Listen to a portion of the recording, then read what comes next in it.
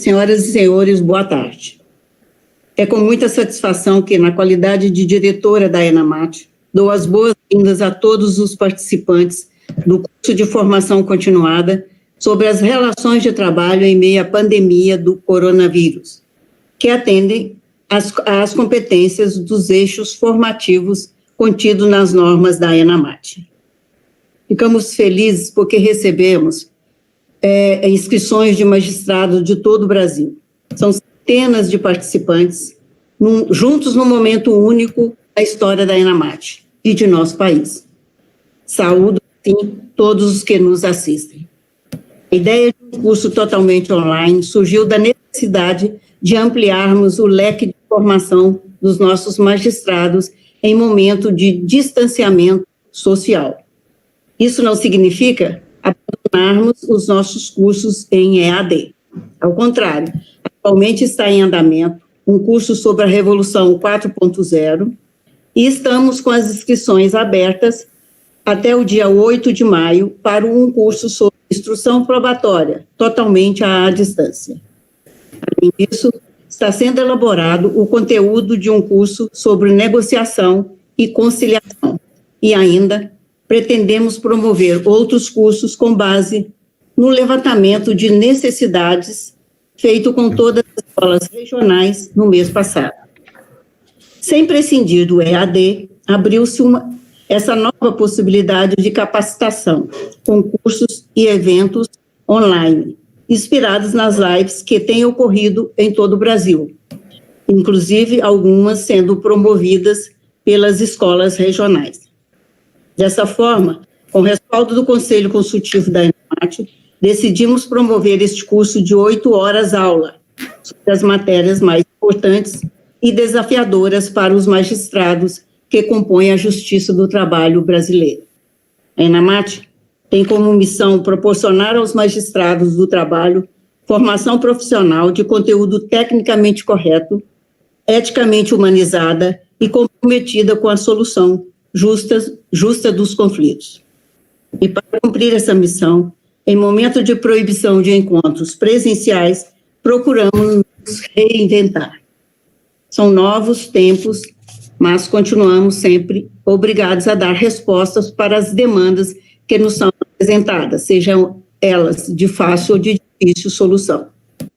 Buscamos, nessa medida, atender às necessidades de capacitação dos magistrados numa época sem precedentes, com inúmeras mudanças normativas ocorrendo diuturnamente.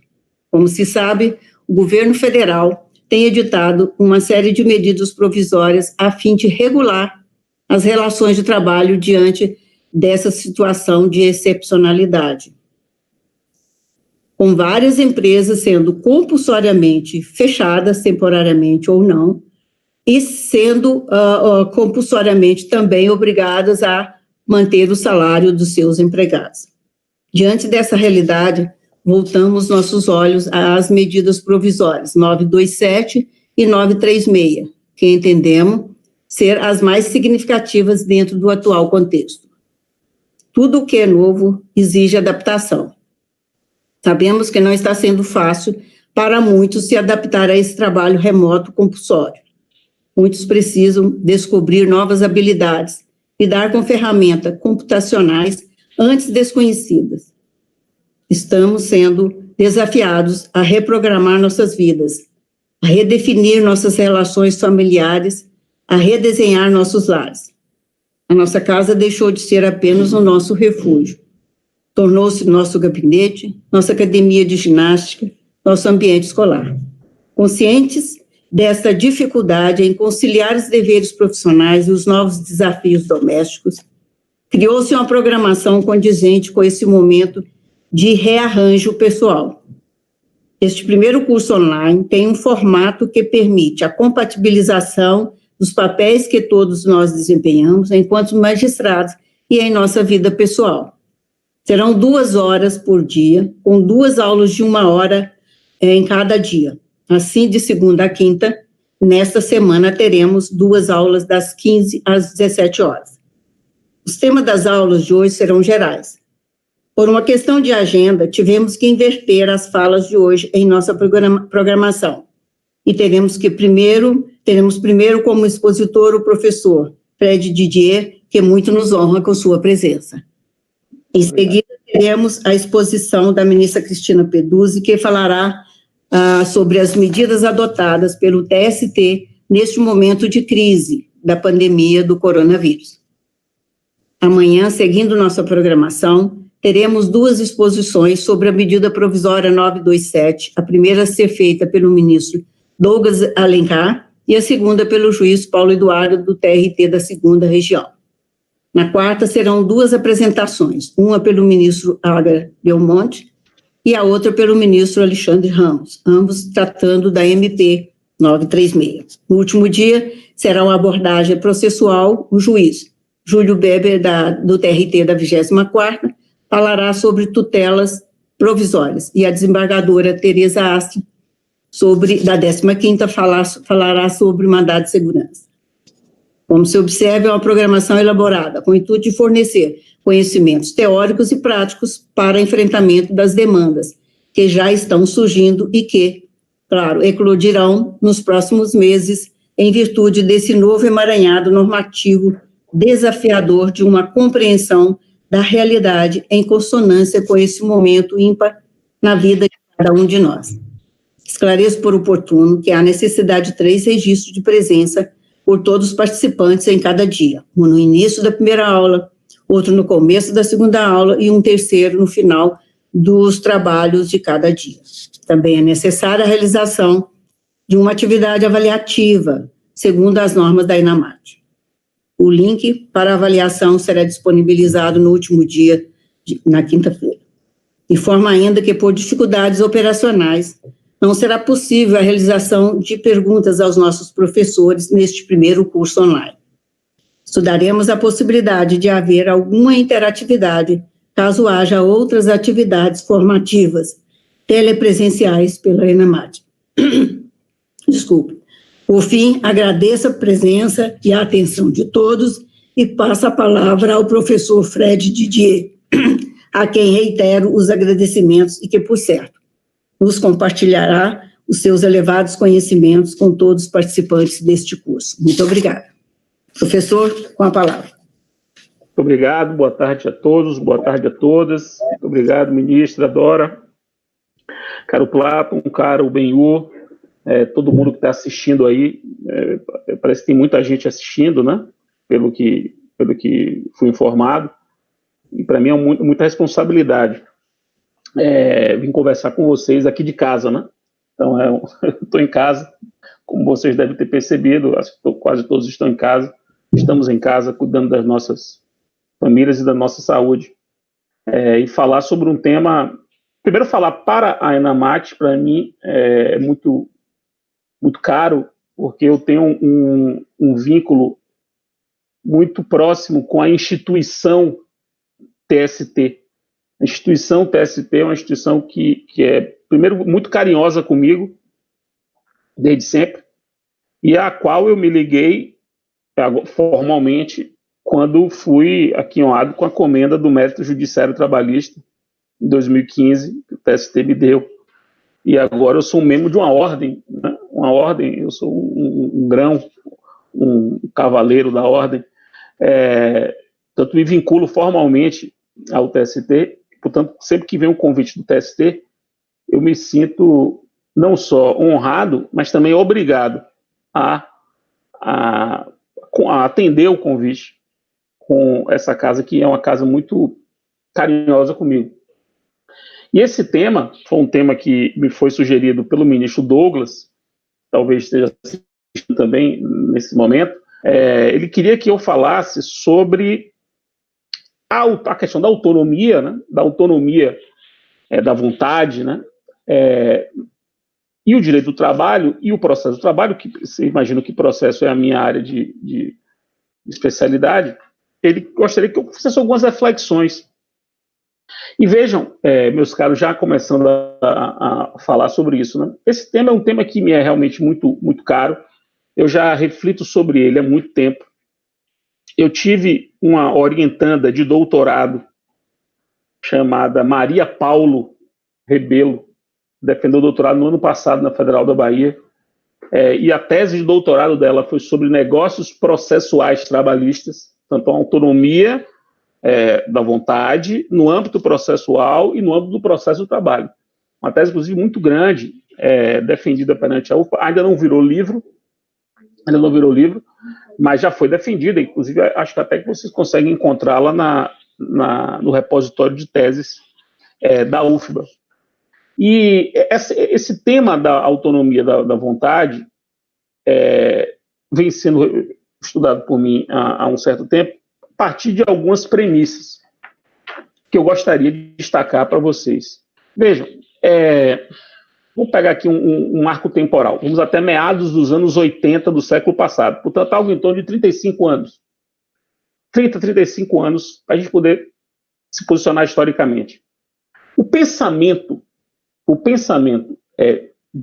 jurídico da época e o próprio direito positivo da época, voltando, anos 80, século 20, era um pensamento segundo o qual a autonomia da vontade ela era inexistente em alguns ramos do direito, em alguns pedaços do direito ela não existia, em outros ela existia com muita limitação, com uma série de limitações.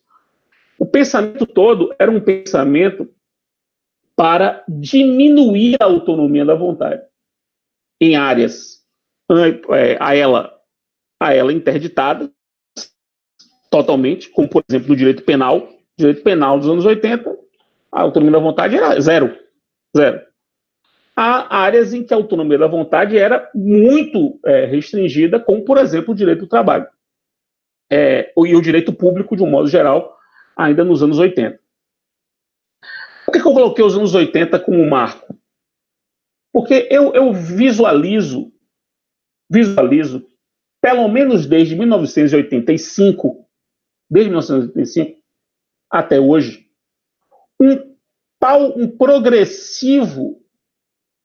uma paulatina transformação dessa ideia, com uma ampliação, uma expansão da autonomia da vontade para áreas que antes ou eram interditadas, simplesmente interditadas, ou eram áreas em que a autonomia não conseguia se desenvolver com muita fluidez, ela tinha uma série de restrições.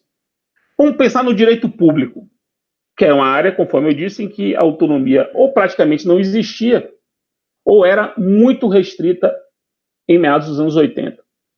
Só no direito público, meus caros, nesses 35 anos, nós temos os compromissos de ajustamento de conduta celebrados pelo Ministério Público, pelos entes públicos, envolvendo questões coletivas, compromisso esse que foi criado em 85 pela Lei de Ação Civil Pública, e é um acordo celebrado por entes públicos e celebrado para a resolução de questões de direito coletivo, que são, a princípio, indisponíveis, ou teoricamente indisponíveis, questões da coletividade. Então, nós temos os compromissos de ajustamento de conduta. Nós temos, em 1995, a criação da Lei de Juizados Especiais, com possibilidade de transação penal nos juizados, com possibilidade de suspensão condicional do processo penal no âmbito dos juizados. Nós temos a Lei 9469 de 97, que é uma lei que já em 97 autorizava acordos envolvendo entes públicos. Essa lei depois foi bem aprimorada, e ela vai nessa linha. Nós temos as parcerias público-privadas que surgiram no Brasil no final dos anos 90 e são uma grande negociação envolvendo entes públicos. Nós temos os juizados especiais da Fazenda Pública, que são um tipo de órgão judiciário em que a negociação é da própria estrutura do órgão judiciário e envolve entes públicos. Isso o da Fazenda Pública Federal é de 2001, e o da Fazenda Pública Estadual de 2010. Nós tivemos a criação da Câmara Administrativa de Solução de Controvérsias, Câmara Federal Administrativa, que serve para a resolução de controvérsias entre o administrado e a administração pública federal, e mesmo entre entes da administração pública federal. Nós temos os acordos de leniência que foram criados pela lei anticorrupção, de 2013, juntamente, mesma época, da lei de organizações criminosas, que previu a colaboração premiada. Perceba que tanto colaboração premiada quanto o acordo de leniência são acordos, portanto, a autonomia da vontade, em áreas antes proibidas, como é o caso do direito penal, ou muito restritas, como é o caso da administração pública, envolvendo o acordo de leniência. Vejam que, em 2015, foi aprovada uma lei que mudou a lei de arbitragem para expressamente prever arbitragem envolvendo entes públicos, e a arbitragem é essencialmente negocial. No mesmo ano de 2015, foi aprovada uma lei, que é a lei da mediação, e a lei da mediação, que é a lei 13.140, tem um capítulo inteiramente dedicado à colaboração, aos acordos envolvendo o poder público. Vejam que, em 2017, eu estou fazendo passo a passo para vocês perceberem a quantidade de registros históricos, e depois vocês vão perceber por que isso é importante para o direito do trabalho. Em 2017, nós temos a resolução 179 do Conselho Nacional do Ministério Público, resolução 179 de 2017 do CNMP, que disciplina exaustivamente os compromissos de ajustamento de conduta pelo Ministério Público e abre inúmeras possibilidades, na verdade, consagra inúmeras práticas do Ministério Público que já estavam sendo implementadas nos últimos anos. Em 2018, a LINDB, a Lei de Introdução às Normas do Direito Brasileiro, é amplamente reformada, e a ela se acrescem 10 artigos, sendo que o artigo 23 da LINDB, acrescido em 2018, expressamente regula um acordo envolvendo o administrado e o poder público. Portanto, a possibilidade de acordo envolvendo o poder público foi incorporada à LINDB. Portanto, é como se fosse uma regra geral do direito público brasileiro, ainda em 2018. Nós temos, em 2019, a Lei da Liberdade Econômica, que previu a possibilidade de acordos envolvendo o poder público em diversos momentos, e coloca a autonomia da vontade como um pilar um pilar da economia, né? Um pilar da economia, um princípio que rege a liberdade econômica no país. E já no final de 2019, com o pacote anticrime, a gente vê uma mudança na lei de improbidade administrativa para tirar a proibição de acordo, isso veio no pacote anticrime, e a consagração da colaboração premiada com um regramento ainda mais sofisticado, ainda mais exaustivo. Portanto, um aperfeiçoamento da colaboração premiada.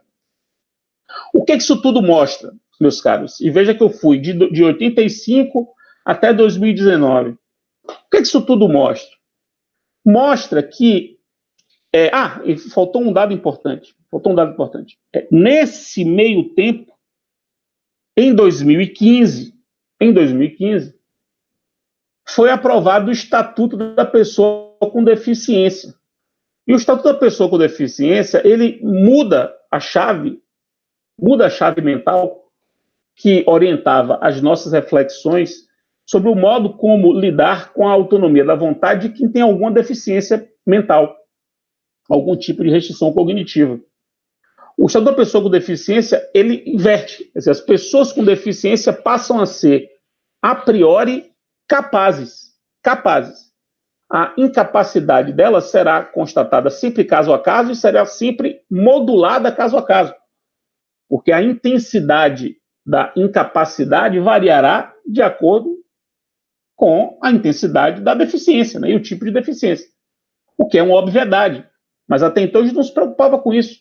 O direito brasileiro ainda não tinha, a lei brasileira ainda não tinha incorporado as premissas da Convenção de Nova York sobre pessoas com deficiência, curiosamente subscrita pelo Brasil, mas que ainda não tinha impactado em termos de lei.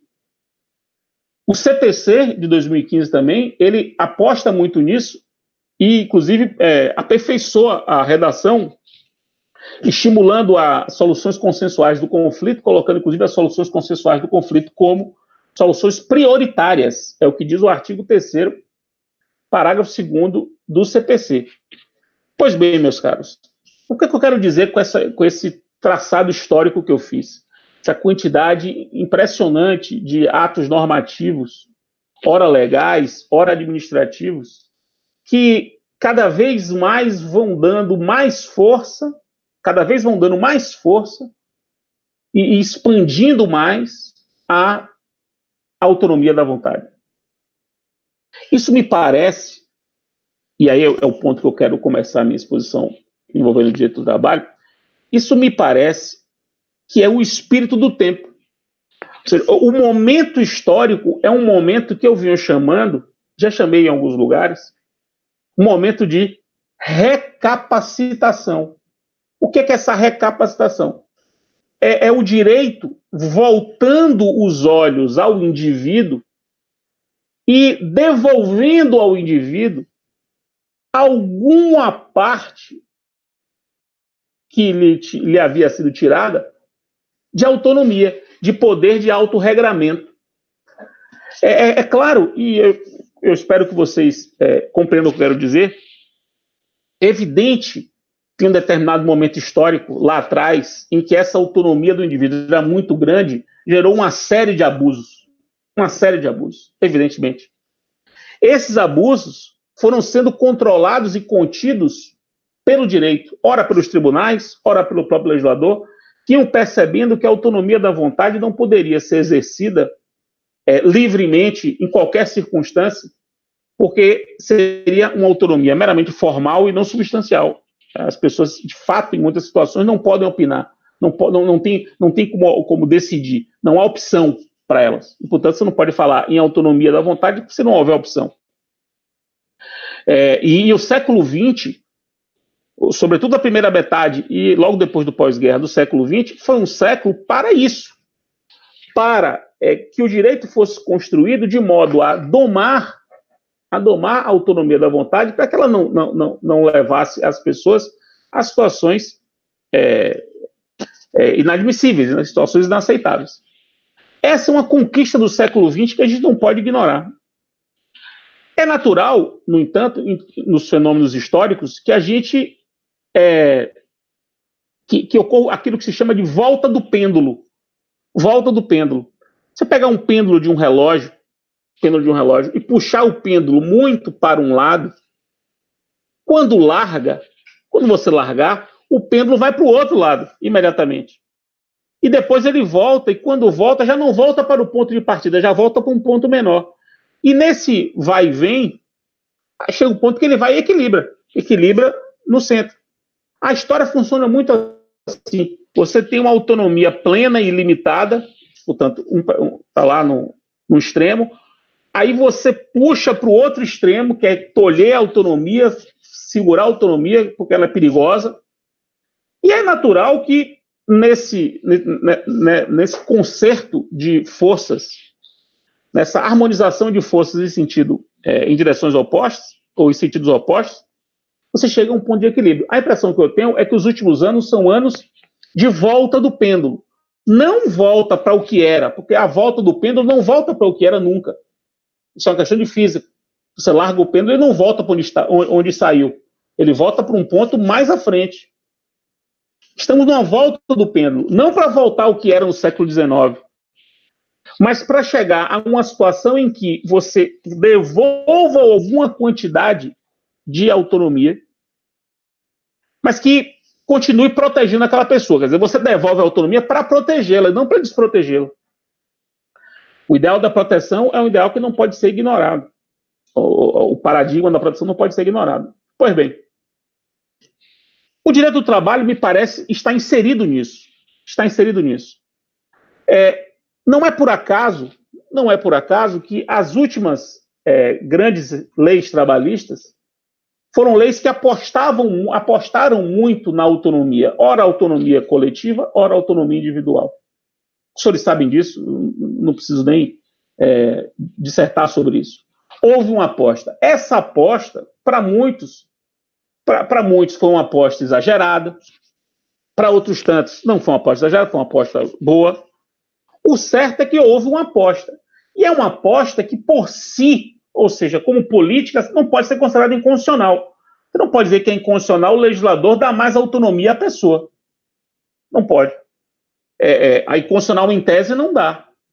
É possível que, caso a caso, o exercício desse poder possa se revelar um exercício desmedido, um exercício prejudicial à pessoa que está numa situação de vulnerabilidade, como é o caso do trabalhador, que muitas vezes, e se presume isso, está numa posição de vulnerabilidade em frente ao empregador e, portanto, dificultando o exercício da sua autonomia. Mas o certo é que isso foi incorporado às leis trabalhistas, e foi incorporado às leis trabalhistas nesse contexto histórico. É muito importante isso. Sempre quando eu falo sobre esse assunto para uma plateia de especializados em direito do trabalho, eu quero contextualizar historicamente, para que não se ignore o fato de que esse reforço da autonomia no direito do trabalho, ele está dentro de um contexto histórico. Ele não é uma peça solta, ele não foi tirado da cartola, do nada. Ele está dentro do espírito do tempo. E o espírito do tempo é um espírito de recapacitação. Pessoas com deficiência mental foram se transformar em pessoas capazes, a priori capazes. Você controla a incapacidade dela caso a caso. Portanto, você muda a chave. Em vez de você pensar que a priori é incapaz, você pensa que a priori é capaz.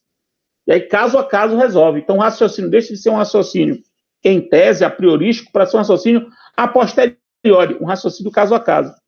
A impressão que eu tenho, e eu estou bem convencido disso, é a de que o direito do trabalho se incorporou a esse fenômeno, esse momento histórico. Em que as pessoas, e o parlamento captou isso,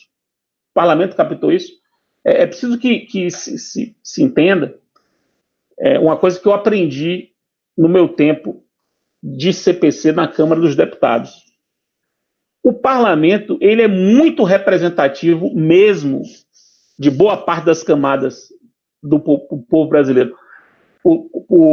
A gente pode falar todas as coisas ruins que nós imaginamos do parlamento, mas uma coisa que realmente o parlamento faz é ouvir. As coisas chegam no parlamento, chegam nos deputados com alguma rapidez. E não é por acaso que essas reformas trabalhistas foram aprovadas tão rapidamente. Mesmo aparentemente com oposição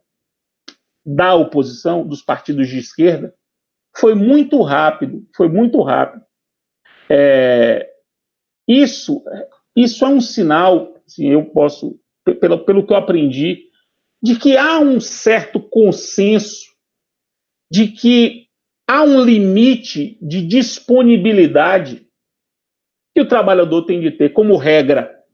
Isso não quer dizer que, caso a caso, não se perceba um exercício irrazoável dessa autonomia, ou injustificável, ou abusivo da outra parte. Mas, como regra, dá uma autonomia para a pessoa decidir o que é melhor para ela, poder decidir o que é melhor para ela.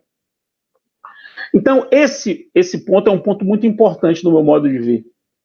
Compreender que esse reforço que vem sendo dado à autonomia no processo do trabalho, ou do direito do trabalho como um todo, não é um reforço, não são coisas que vieram apenas para o processo do trabalho, estão dentro de um contexto histórico de recapacitação, inclusive de pessoas com deficiência, cognitiva, como aconteceu no Estatuto da Pessoa com Deficiência em 2015. Por que o trabalhador, como categoria, também não poderia ter um tipo de resgate de parte da sua autonomia? E as reformas trabalhistas, elas também apontam para uma outra coisa que é muito importante, pelo menos eu acho, né? Eu que não sou um especialista em direito do trabalho, como os senhores sabem disso, mas vejo de fora como um curioso. é a percepção, que me parece muito importante, que é a de que existe, que é preciso pensar a intensidade da proteção do direito do trabalho e do processo do trabalho a partir dos graus de hipossuficiência, dos graus de vulnerabilidade. Ou seja, não há apenas um grau de vulnerabilidade. O trabalhador analfabeto que ganha um salário mínimo e é carvoeiro, ele tem um grau de vulnerabilidade. Isso é uma evidência, o que eu vou dizer agora é um clichê, mas é importante lembrar disso. O grau de vulnerabilidade dele não é o mesmo grau de vulnerabilidade de um professor universitário, não é o mesmo grau de vulnerabilidade de um advogado, de um escritório de advocacia, não é o mesmo grau de vulnerabilidade de um diretor de uma empresa. Todos são trabalhadores, todos são regidos pela CLT. Mas todos terão a mesma intensidade dessa proteção? Será que não é preciso pensar e interpretar o direito do trabalho a partir de uma espécie de calibração do índice protetivo do direito do trabalho? Você calibra, dá mais calibragem a ele, tanto maior for a vulnerabilidade, dá menos calibragem a ele, tanto menor for a vulnerabilidade, de modo que, e aí vem a parte da autonomia, se possa reconhecer mais autonomia, como se reconhece, embora sem essa retórica argumentativa, mais autonomia, portanto, mais poder de barganha, de negociação para o trabalhador menos vulnerável e menos poder de barganha para o trabalhador mais vulnerável. Isso as pessoas fazem.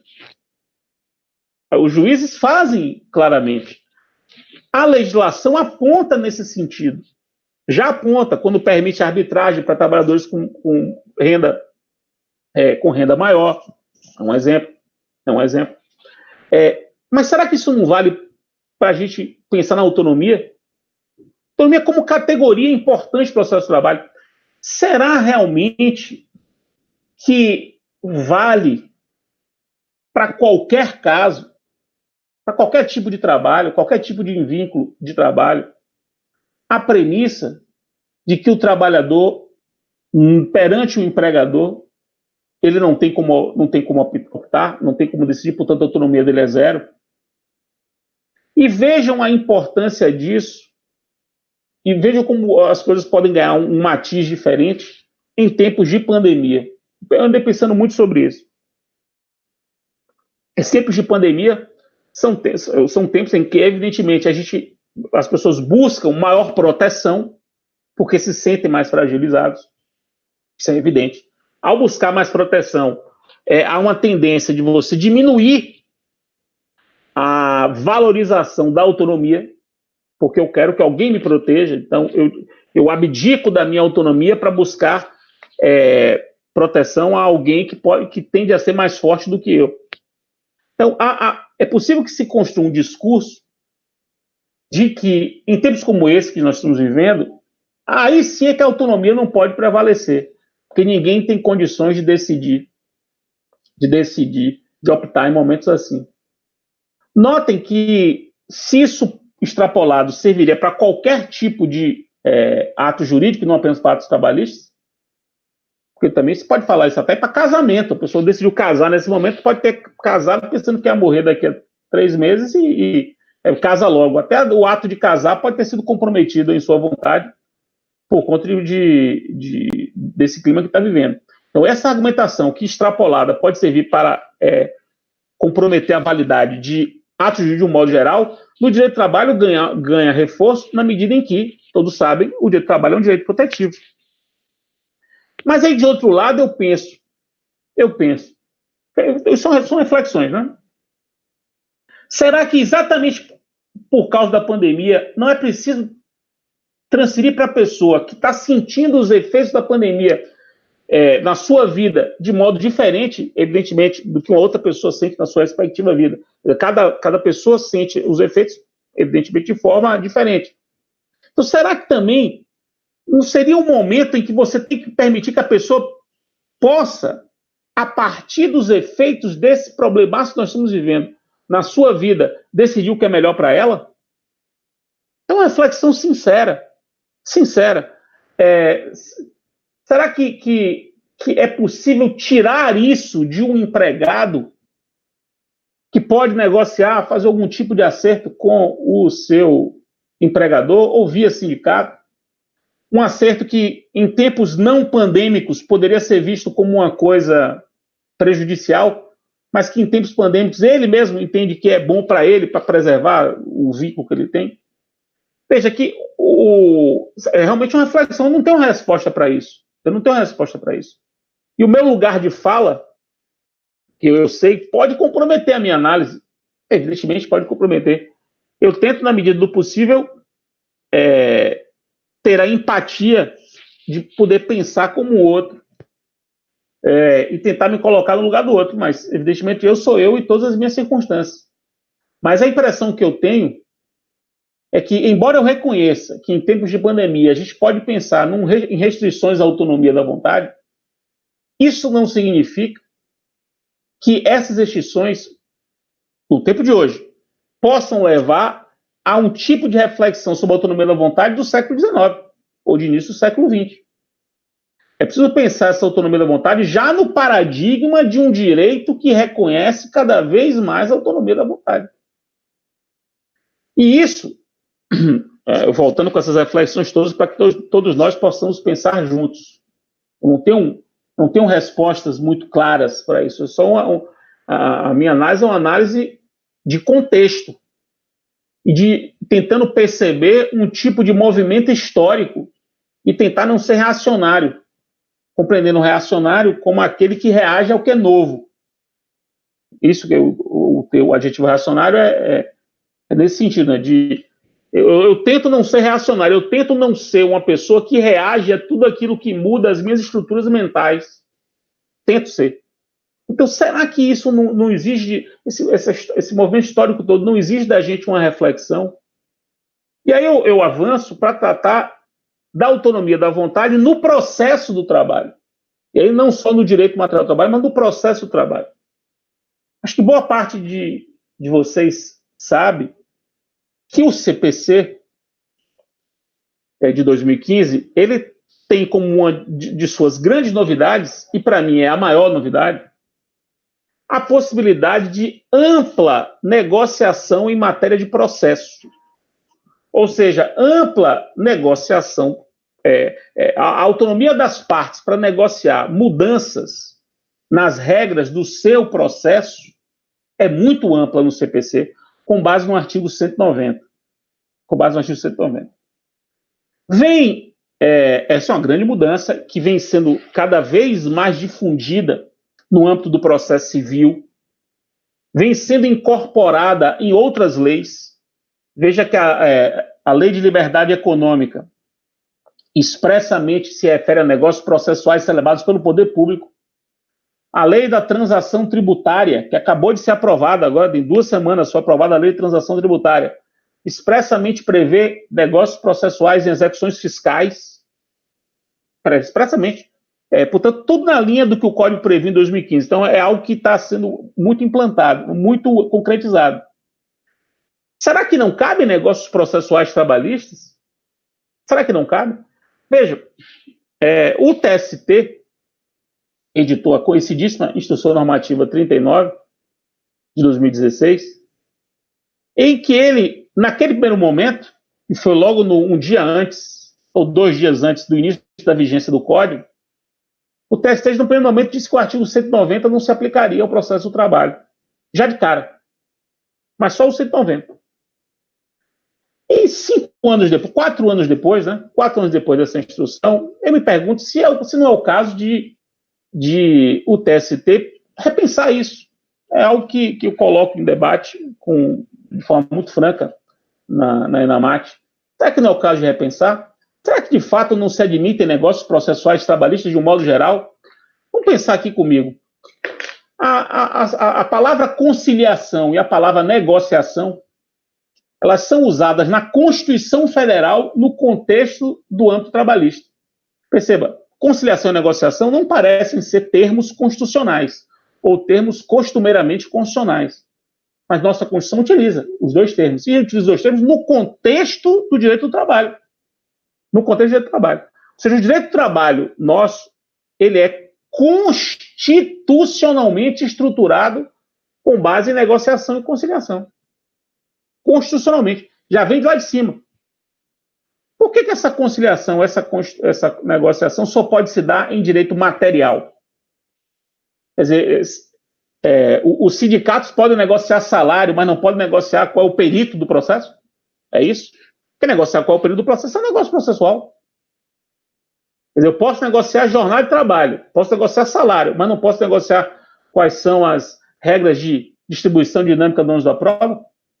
Como meu amigo Sérgio Torres, que está aqui assistindo uma vez, me disse isso. Desembargador Sérgio Torres. Me disse, Fred, eu vejo muito convenções coletivas com a cláusula que inverte o ônus da prova. Atribui o ônus da prova ao empregador e não ao empregado. Isso é uma distribuição, isso é um negócio processual, um negócio probatório. Isso é feito, vai se ignorar? Vai se ignorar? Eu reflito e vou além. O Conselho Nacional do Ministério Público, em dezembro de 2014, editou a Resolução 118 de 2014 do CNMP.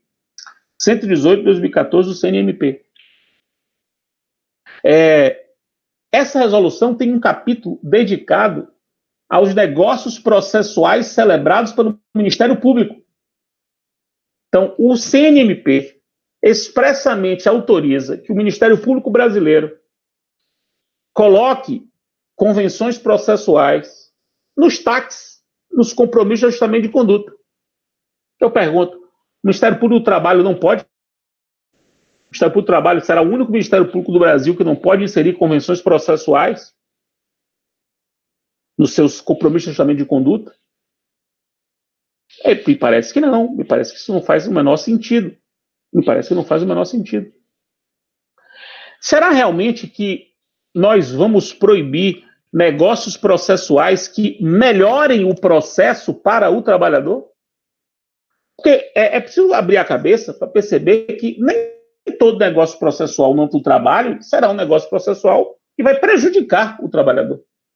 Ora, se é possível resolver o litígio trabalhista por acordo, o litígio trabalhista pode ser resolvido por acordo, e todos sabem disso, e boa parte dos litígios trabalhistas no Brasil é resolvida por acordo.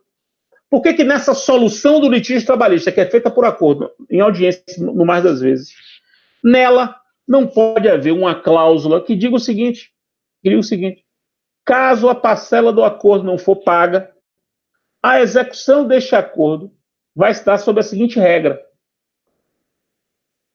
os embargos à execução desse acordo somente suspenderão a execução se a penhora for em dinheiro. Você pode criar essa cláusula. Uma cláusula que diz que somente penhora em dinheiro suspende a execução. Penhora em outro bem não suspende a execução. Isso é uma convenção processual executiva, favorável ao credor, favorável ao exequente trabalhista. E não é uma coisa incomum. Por que não? Por que não uma convenção processual agora nesse tempo de pandemia, quando os prazos voltarem a correr?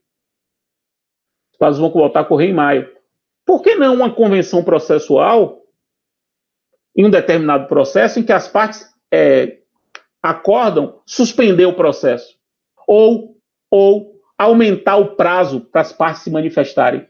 Elas mesmas podem entender que o volume de documentos está muito alto e os advogados, né, de ambas as partes, eles dialogam entre si e fazem uma convenção para ampliação do prazo de resposta.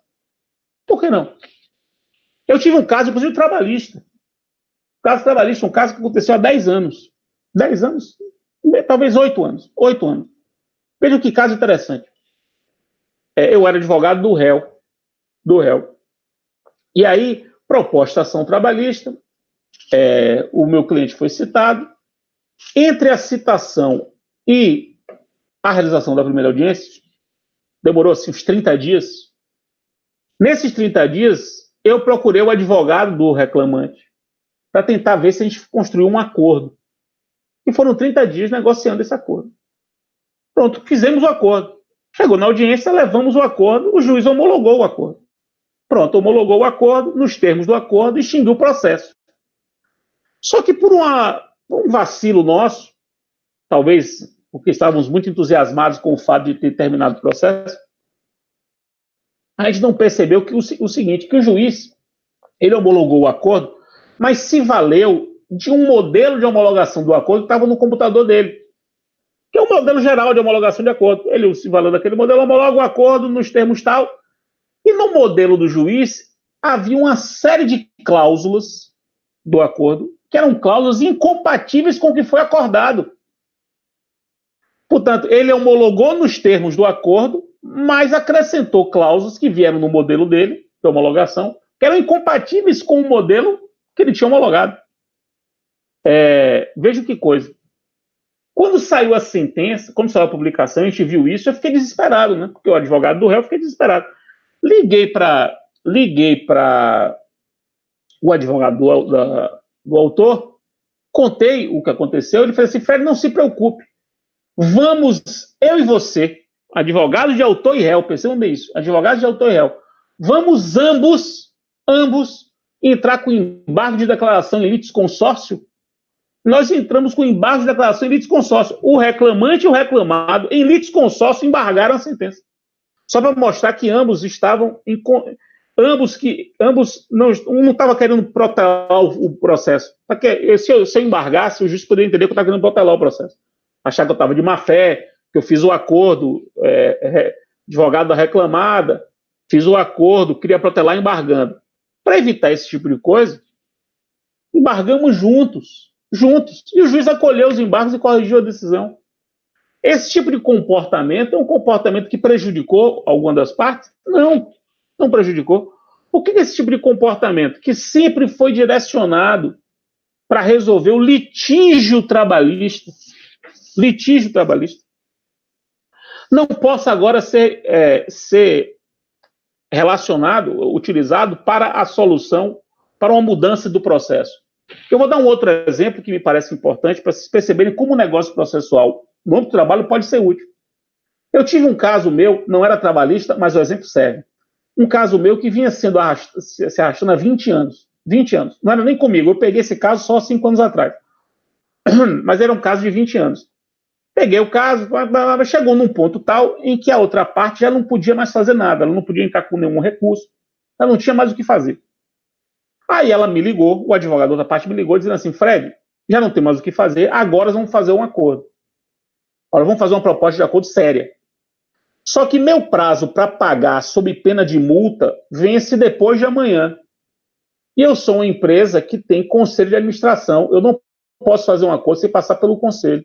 Não dá tempo de a gente fazer um acordo até depois de amanhã. E depois de amanhã a minha dívida vai passar a ser 20% maior. Porque ele tinha que pagar sob pena de multa de 10% mais honorários de 10%. Então, uma dívida de X ia passar a ser X mais 20%. Muita coisa. Ele disse, Fred, não dá. O que a gente faz? Eu disse, não tem problema. A gente vai fazer um acordo de prorrogação do vencimento do prazo. Um acordo para prorrogar o vencimento do prazo. Para que, uma vez prorrogado o vencimento do prazo, você não sofra a multa e a gente possa fazer um acordo. Não deu outra. Foram 30 dias de prorrogação de negociação depois disso e foi feito um acordo que resolveu um problema de 20 anos. É um acordo simples, um negócio processual simples, prorrogação de vencimento de prazo.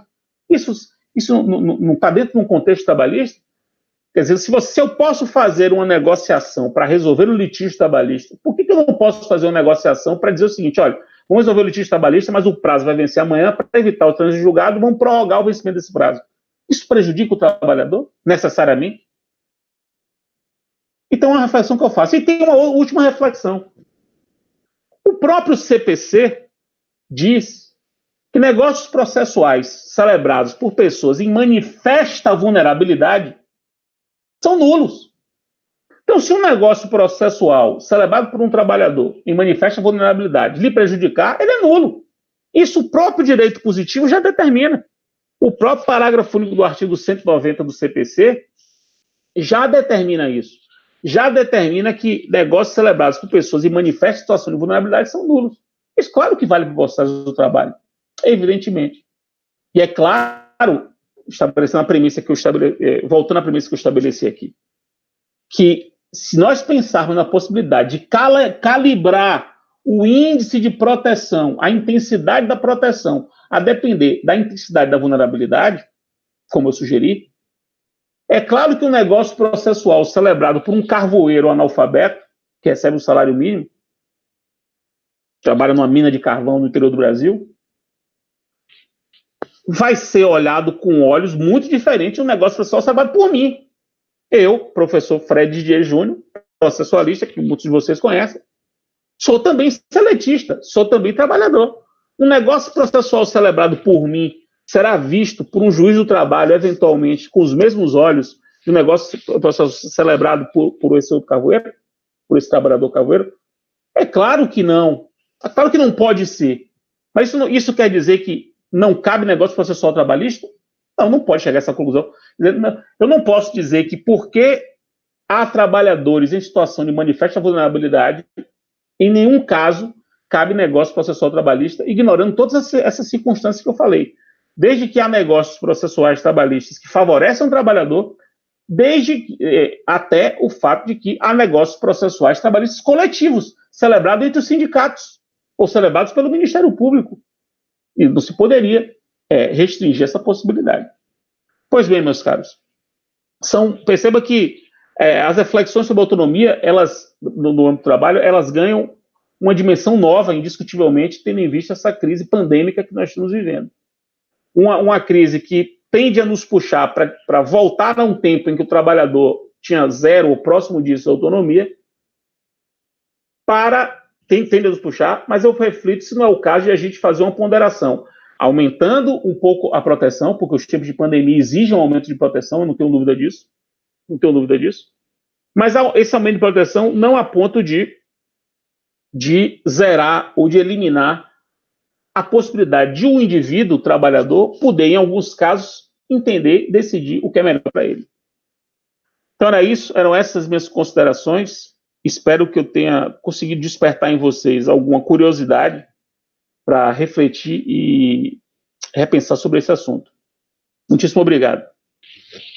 Professor, muito obrigado pela aula, pelos conhecimentos que passou para todos nós aqui. Mais uma vez, muito obrigado, professor.